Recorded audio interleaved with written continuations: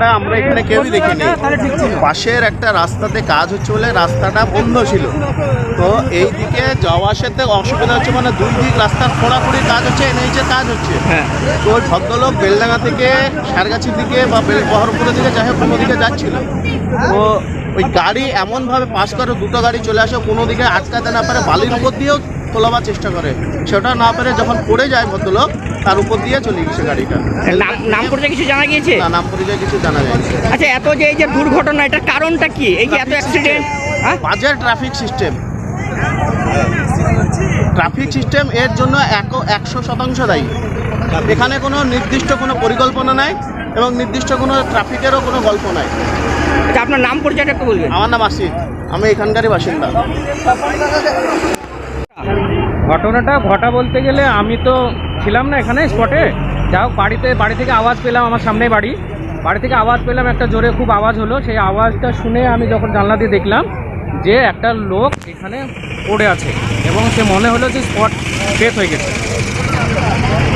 এবার যতটুকু বোঝা যাচ্ছে, এখানে যেহেতু রাস্তার কাজ হচ্ছে, এক সাইডে যে রাস্তা সেই রাস্তাটা বন্ধ ছিল এবং যে বাইকওয়ালা যার মৃত্যু হয়েছে, সে এই মেন রাস্তা দিয়ে যাওয়ার সময় কোনো একটা গাড়ি ওকে চেপে দিয়ে ফেলে দিয়েছিল এবং তারপরে মাথার উপর দিয়ে গাড়িটা চলে। উনি কি বেলডাঙ্গা থেকে এদিকে আসছিল? হ্যাঁ, বেলডাঙ্গা থেকে ও যতদূর জানা যাচ্ছে বিশুপুকুর হাই স্কুলের উনি একজন শিক্ষক, নাম মনে হয় খগেন এবং বাড়ি হচ্ছে সারগাছি। উনি বেলডাঙ্গা থেকে বাড়ির দিকে যাচ্ছিল, স্কুল থেকে বাড়ি আসছিল হয়তো। আচ্ছা, এই যে এত দুর্ঘটনা, এটা নিয়ে আপনি কি বলবেন? রোডে এত দুর্ঘটনাটা কি বলবেন?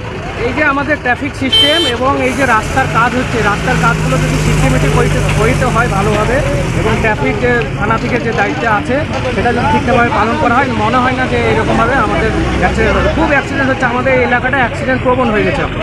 রাস্তায় এই যে প্রচণ্ড ধুলো, এটাও কি একটা মেন কারণ বলতে পারেন? হ্যাঁ, সেটাও বলতে পারেন আপনি, যে খুব প্রচণ্ড ধুলো উঠছে এবং বাইক যারা চালাচ্ছে তাদের ক্ষেত্রে হেলমেটের ভেতর দিয়ে ধুলো ঢুকে যাচ্ছে, চোখের ক্ষেত্রে দেখতে অসুবিধা হচ্ছে, যারা কম দেখতে পায় তাদের জন্য। যে আপনার নাম এবং পরিচয়টা একটু বলবেন? আমার নাম মোহাম্মদ শামিনুল হক, আমার বাড়ি এই যেখানে অ্যাক্সিডেন্ট হচ্ছে তার সামনেই বাড়ি। এই জায়গাটার নাম কি? এই নেতাজি হাই স্কুল। আমরা তো চোখে দেখেনি, যা হোক অ্যাক্সিডেন্টটা এখানে যে এখনই হলো স্পট ডেট। উনি নাকি শিক্ষক, সারগাছি বাড়ি। হ্যাঁ, তা লরির সঙ্গে ধাক্কা লেগে উনি পড়ে যায়, ঝুলেতে মারা যায়, উপর দিয়ে চাকা চলে যায়। আচ্ছা, ওনার নাম ঠিকানা কি পাওয়া গিয়েছে? ওনার নাম যতক্ষণ আমি শুনলাম খগেন বিশ কি নাম। হ্যাঁ, স্কুলের শিক্ষক, সারগাছি বাড়ি।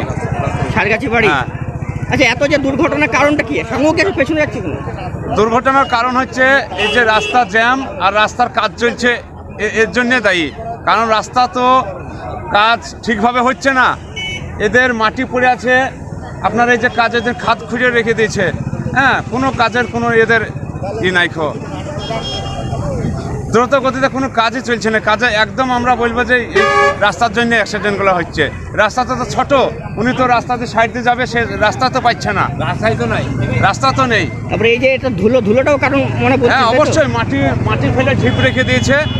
আমরা এর আগে বলেছি, এই দেখেন হ্যাঁ, কতটা মাটি সব পড়ে আছে, এই মাটির জন্য তো দায়ী। এই রাস্তাটা যদি মাটি না থাকে, তোমার নাম এবং পরিচয় বলো?